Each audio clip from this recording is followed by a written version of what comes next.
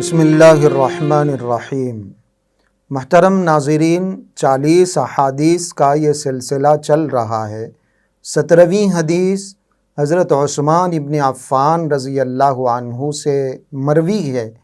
نبی کریم صلی اللہ علیہ وسلم نے ارشاد فرمایا، خیرکم من تعلم القرآن وعلمہ، خیرکم من تعلم القرآن وعلمہ۔ بخاری شریف کی اس روایت کا ترجمہ یہ ہے کہ جو شخص تم میں بہتر وہ ہے جو قرآن کریم سیکھے اور سکھائے، تم میں بہتر وہ ہے جو قرآن کریم سیکھے اور سکھائے۔ قرآن کریم اللہ رب العزت کا کلام ہے، اللہ کی کتاب ہے۔ قرآن کریم حضور اکرم صلی اللہ علیہ وسلم پر اتارا جانے والا وہ کلام ہے جو قیامت تک آنے والے آخری انسان کے لیے بھی اللہ کا ایک پیغام ہے، ایک ہدایت ہے، ایک نصیحت ہے۔ قرآن کریم کو اللہ رب العزت نے تمام کلاموں پر فضیلت اس لیے عطا فرمائی کہ یہ کلام خود اللہ رب العزت کی ذات سے نکلا ہے۔ اس کے اعزاز کے لیے، اس کی عظمت کے لیے یہی بات کافی ہے کہ یہ قرآن کریم اللہ رب العزت کی ذات سے نکلا ہے۔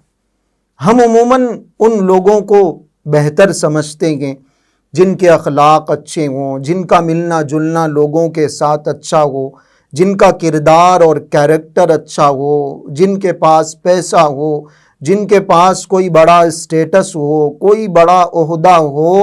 لیکن حضور اکرم صلی اللہ علیہ وسلم نے ارشاد فرمایا، جو قرآن کریم کو سیکھنے سکھانے والے لوگ ہیں، پیسے والے نہیں، مال و دولت والے نہیں، بڑی بڑی جابوں اور بڑے بڑے پوسٹوں پر ملازمت کرنے والے، کام کرنے والے نہیں، بلکہ وہ لوگ سب سے بہتر ہیں جو قرآن کریم کو سیکھے، قرآن کریم کو سکھائے۔ قرآن کریم کو اللہ رب العزت نے اتنا بڑا اعزاز عطا فرمایا۔ جو آدمی قرآن کریم سے اپنے تعلق کو جوڑ لیتا ہے، گویا وہ اللہ سے جڑ جاتا ہے۔ جو آدمی قرآن کریم سے اپنا ناطہ، اپنا تعلق توڑ لیتا ہے، گویا وہ قرآن کریم سے نہیں، اللہ کی ذات سے اپنا ناطہ توڑ رہا ہے، وہ اللہ سے اپنے رشتے کو کمزور کر رہا۔ اس لیے حضور اکرم صلی اللہ علیہ وسلم نے قرآن کے بھی فضائل بیان فرمائے اور صاحب قرآن کے، قرآن کریم سے نسبت رکھنے والوں کے، قرآن کریم کو یاد رکھنے والوں کے، قرآن کریم پر عمل کرنے والوں کے بھی فضائل بیان فرمائے۔ اور صرف آپ علیہ الصلاۃ والسلام نے فضیلت بیان نہیں کی، نبی اکرم صلی اللہ علیہ وسلم نے اپنی مبارک زندگی میں حفاظ کرام کو، قرآن کریم سے نسبت رکھنے والوں کو عزت دے کر، ان کا احترام کر کے لوگوں کو بتایا کہ قرآن کریم کی یہ ویلیو ہے اور صاحب قرآن کی، حافظ قرآن کی، عامل قرآن کی یہ ویلیو۔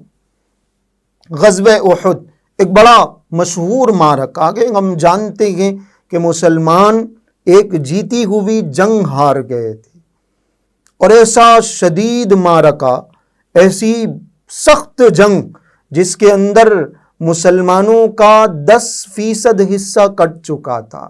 مدینہ المنورہ میں کوئی گھر ایسا نہیں تھا جس گھر سے کسی صحابی کی شہادت نہ ہوئی ہو، کسی صحابی کا جنازہ نہ اٹھا ہو۔ 70 صحابہ اکرام رضوان اللہ علیہم اجمعین شہید ہو، اور خود نبی اکرم صلی اللہ علیہ وسلم کے اوپر قاتلانہ حملہ ہوا۔ نعوذ باللہ، قتل کرنے کا ارادہ کیا گیا، حملہ کیا گیا، آپ علیہ الصلاۃ والسلام کے قریب پہنچنے کی کوشش کی گئی۔ نبی اکرم صلی اللہ علیہ وسلم کو ایک گڑھے میں نعوذ باللہ ڈھکیلا گیا۔ ایسا شدید حملہ حضور اکرم صلی اللہ علیہ وسلم کے اوپر ہوا کہ نبی اکرم صلی اللہ علیہ وسلم کے دندان مبارک شہید ہو گئے۔ بڑا سخت دن ہے، خود نبی اکرم صلی اللہ علیہ وسلم زخمی ہیں اور ہر جگہ لاشوں کا انبار لگا ہوا ہے، صحابہ پریشان ہیں، نبی اکرم صلی اللہ علیہ وسلم کے چہرے مبارک سے بہنے والے خون کو بڑی مشکل سے روکا گیا، زخمی ہیں آپ علیہ الصلاۃ والسلام۔ لیکن جب قبروں میں ان شہدائے کرام کو رکھنے کا معاملہ آیا، حضور اکرم صلی اللہ علیہ وسلم خود تشریف لائے۔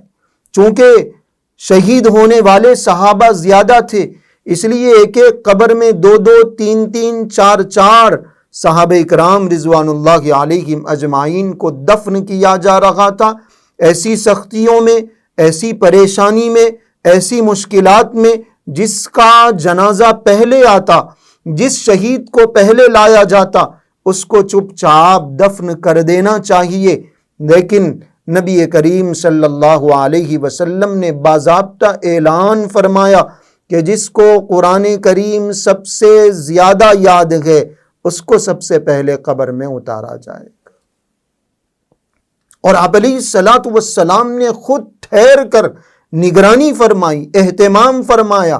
جب بھی کسی کو لایا جاتا پوچھا جاتا کہ اس کو قرآن کریم کتنا یاد تھا، جس کو زیادہ یاد ہے اس کو سب سے پہلے اس کو سب سے پہلے قبر میں اتارا جائے۔ نبی اکرم صلی اللہ علیہ وسلم نے بتایا کہ صاحب قرآن کا، حافظ قرآن کا احترام کیسے کیا جاتا ہے، اس کی عظمت کیسے کی جاتی۔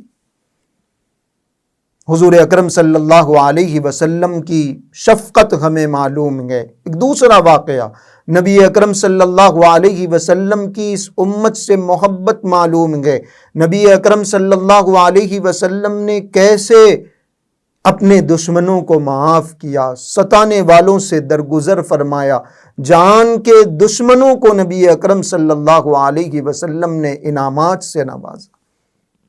امت کے معاملے میں ایسے شفیق، ایسی محبت کرنے والے، تڑپنے والے، رونے والے، گڑ گڑانے والے، لیکن بیر معونہ میں جب دھوکے سے 70 قرآن کے قاریوں کو شہید کیا گیا، روایتوں میں آتا ہے نبی اکرم صلی اللہ علیہ وسلم نے 1-2 دن نہیں، پورا 1 مہینہ حضور اکرم صلی اللہ علیہ وسلم نے ان دشمنوں کے حق میں بد دعا فرمائی۔ اپنے دشمنوں کے لیے آپ کی دعائیں ہیں، آپ کا استقبال ہے، اپنے دشمنوں کے لیے حضور اکرم صلی اللہ علیہ وسلم کی رحمت ہے، محبت ہے، شفقت ہے، لیکن یہاں شہید ہونے والے قرآن سے نسبت رکھنے والے ہیں، شہید ہونے والے قرآن سے تعلق رکھنے والے ہیں، شہید ہونے والے قرآن کو یاد رکھنے والے ہیں، قرآن کے قاری ہیں۔ نبی اکرم صلی اللہ علیہ وسلم کو اتنی تکلیف ہوئی کہ 1 مہینے تک نبی کریم صلی اللہ علیہ وسلم نے ان دشمنوں کے حق میں، صحابہ کو شہید کرنے والے ان کافروں کے حق میں بد دعا فرمائی۔ یہ اعزاز ہے قرآن کریم کو یاد کرنے والوں کا، قرآن کریم سے نسبت رکھنے والوں کا، قرآن کریم سے تعلق رکھنے والوں کا، قرآن کریم پر عمل کرنے والوں کا۔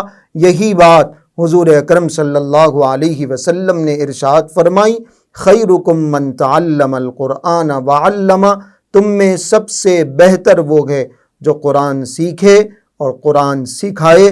اللہ رب العزت ہمیں ایسے بہترین لوگوں میں شامل فرمائے اور ایسے بہترین لوگوں کی عزت کرنے، ان کا احترام کرنے کی توفیق عطا فرمائے۔